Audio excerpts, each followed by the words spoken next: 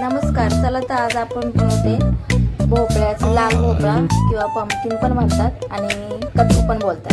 ह्याचं सूप बनवणार आहोत आपण. याच्यामध्ये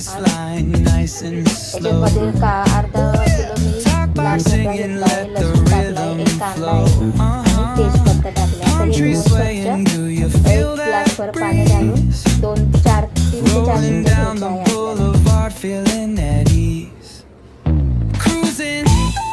आपण आता हा वाफून घेतला आहे.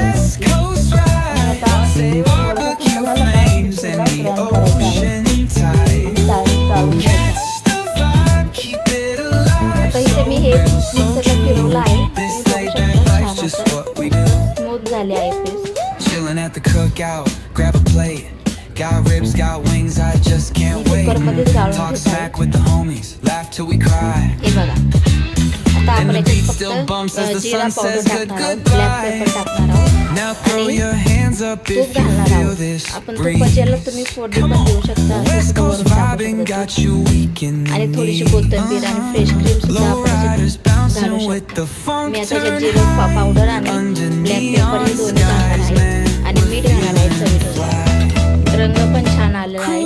थोडीशी हळद पण आपण घालू शकतो रंगासाठी, पण काही गरज नाही.